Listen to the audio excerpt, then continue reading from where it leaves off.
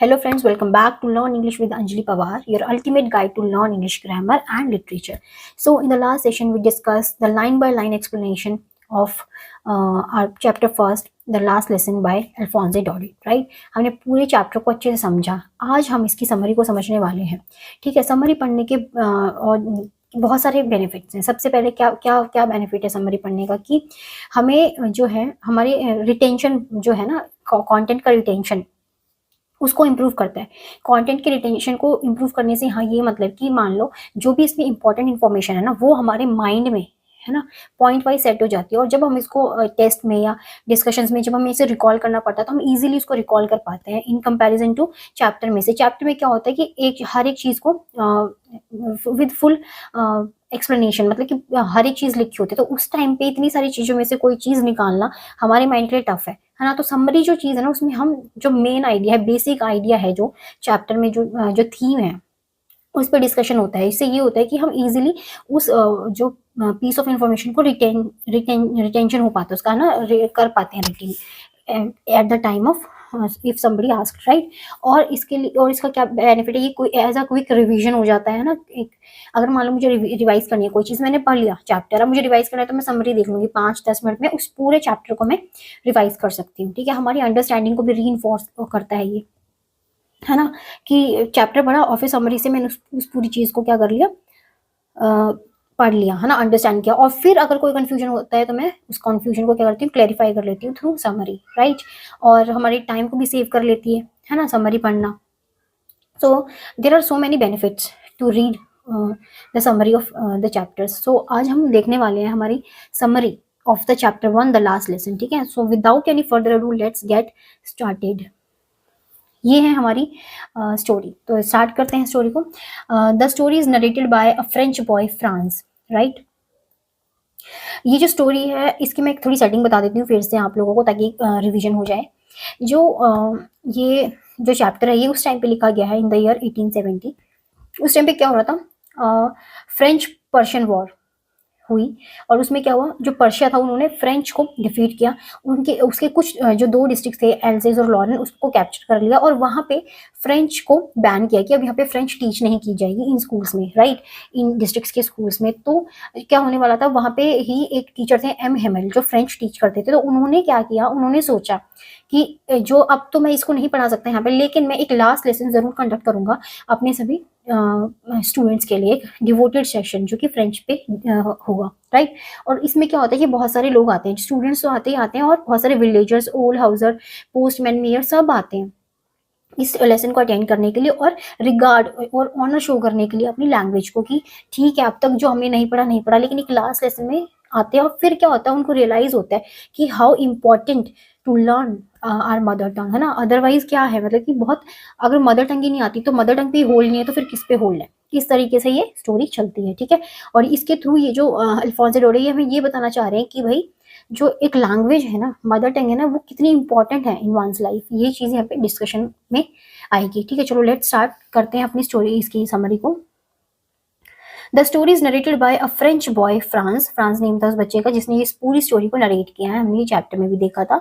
He is lazy but sensitive and likes to play. Lazy था, ठीक है, और सेंसिटिव भी था. ठीक है, ऐसा नहीं कि सिर्फ लेजी था और फील नहीं करता था, चीज़ों को फील भी करता था. एंड लाइक्स टू प्ले, और खेलना कूदना अच्छा लगता था.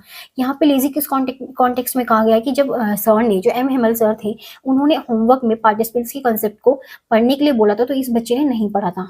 आउट ऑफ कि इंटरेस्ट नहीं था या तो उसको, या जो वो पढ़ना ही नहीं चाहता था या उसको समझ नहीं आ रहा था, इरिस्पेक्टिव ऑफ द रीजन उसने नहीं पढ़ा. ठीक है, he dislikes studying French and hates his teacher M Hamel. उसको जो फ्रेंच है उसको वो पढ़ना पसंद नहीं था, राइट. और जो वो टीचर था एम हेमल, वो भी उसको भी वो पसंद नहीं करता था. क्यों ना पसंद करने का कोई ना कोई रीजन है ना. क्या रीजन हो सकता है, क्योंकि वो पनिश करते थे, स्कूल करते थे फ्रांस को और अदर स्टूडेंट्स को. उनके पास आयरन रूलर भी होता था, ठीक है, उससे बच्चे डरते भी थे. तो ये इस तरीके से यहाँ पे उसको ये दिखाया गया कि फ्रांस उन्हें पसंद भी, फ्रांस जो बच्चा था वो उस टीचर को पसंद भी नहीं करता था. ठीक है, let's move a bit further. After overpowering their districts of Alsace and Lorraine in France. ठीक है, मैंने क्या बताया, जो वॉर थी उसमें क्या हुआ था, फ्रेंच फ्रांस जो था वो हार गया था, राइट। तो उसके जो डिस्ट्रिक्ट थे एल्सेस एंड लॉरेन, उस पे जर्मन का जो अभी पर्शिया का जो अभी नाउअडेज क्या क्या किस नाम से जानी जाती है, जर्मन के नाम से, राइट। तो उन लोगों ने इसको ओवर पावर कर लिया था, कंट्रोल कर लिया था इन दोनों डिस्ट्रिक्ट्स पे। और Berlin has ordered that German language instead of French be taught in the schools there. और वहाँ पे फ्रेंच की जगह पे क्या टीच किया जाना चाहिए, अब जर्मन टीच किया जाना चाहिए। सबसे पहले जो चेंज किया वहाँ पे उस जो नई नए जो लोग थे जिन्होंने उस पर कंट्रोल किया था, उन्होंने फ्रेंच को हटाया और जर्मन को वो लेकर आए, right. Let's move a bit further.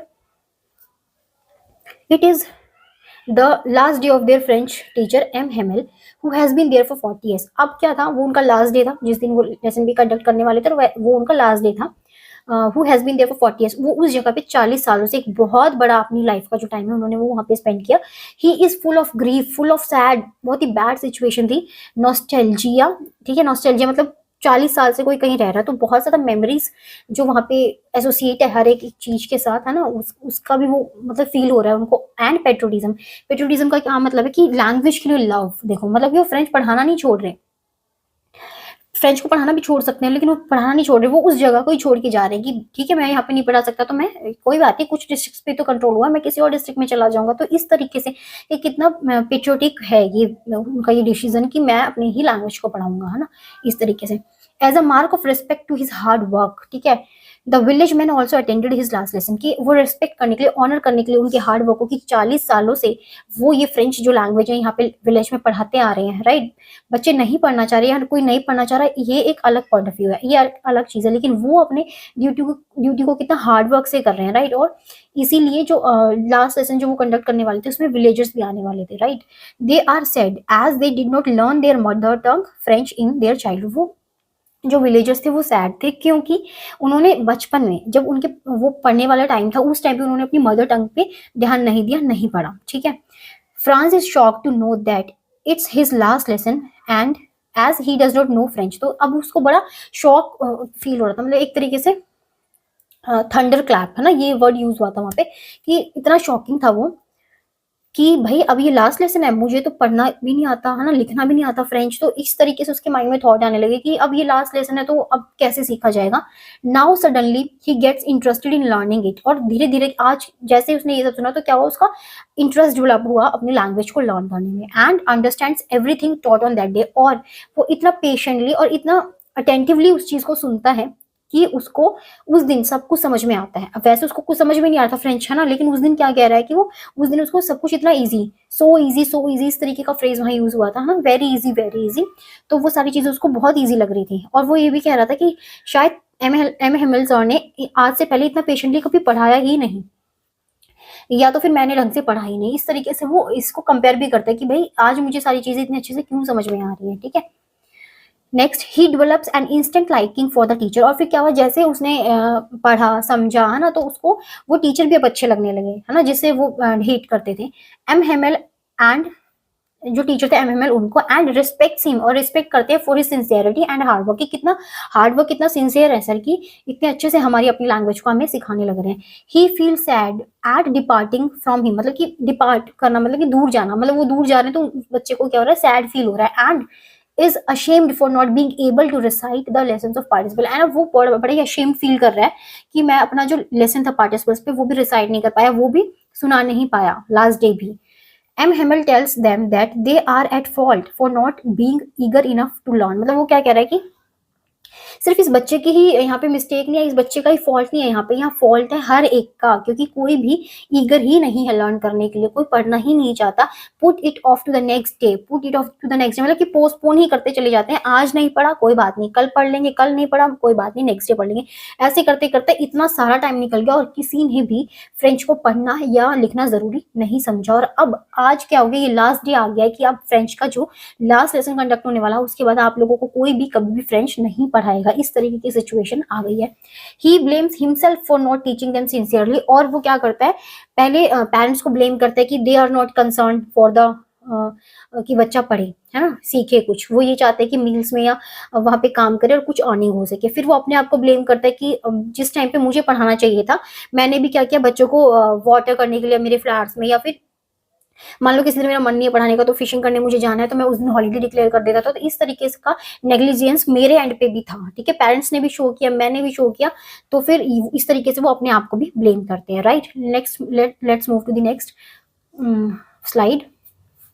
His patriotism is reflected in his praise for the language, मतलब कि उनका पेट्रोटिज्म कैसे रिफ्लेक्ट हो रहा है, कैसे शो कर रहे हैं वो अपनी जो लैंग्वेज है उसको प्रेज कर रहे हैं, है ना। उसको क्या कह रहे हैं कि French language as being the most beautiful and most logical language in the world. वो अपनी जो मदर टंग लैंग्वेज है फ्रेंच को क्या कह रहे हैं कि वो बहुत ही ब्यूटीफुल और बहुत ही लॉजिकल लैंग्वेज है ना। सबको अपनी मदर टंग अच्छी लगती है, जैसे मैं हूँ इंडियन तो मुझे हिंदी बहुत अच्छी लगती है, मेरे लिए सबसे ब्यूटीफुल सबसे लॉजिकल लैंग्वेज यही है। तो इस तरीके से सभी लोगों को अपनी अपनी जो लैंग्वेज है वो अच्छी लगती है। He tells that the class, वो अपनी क्लास को क्या कहते हैं, टू गार्ड देयर लैंग्वेज, अपनी जो लैंग्वेज है उसको गार्ड करना, प्रोटेक्ट करना है, ठीक है। जो तुम्हें आती है उसको भूलना नहीं है, जितनी भी आती है उसको याद रखना है। As being close to one's language, अपनी लैंग्वेज के पास रहना, उसको आना, उस पर होल्ड होना, is the key to escape from the prison of slavery. वो क्या कह रहा है, अगर मुझे मेरी लैंग्वेज आती है और अगर मान लो कोई किसी को इंस्लेव करता है, ठीक है, और अगर उस स्लेवरी से स्केप करना है, फ्रीडम चाहिए, लिबर्टी चाहिए, तो हमें हमारी लैंग्वेज जो है ना वो एक की तरह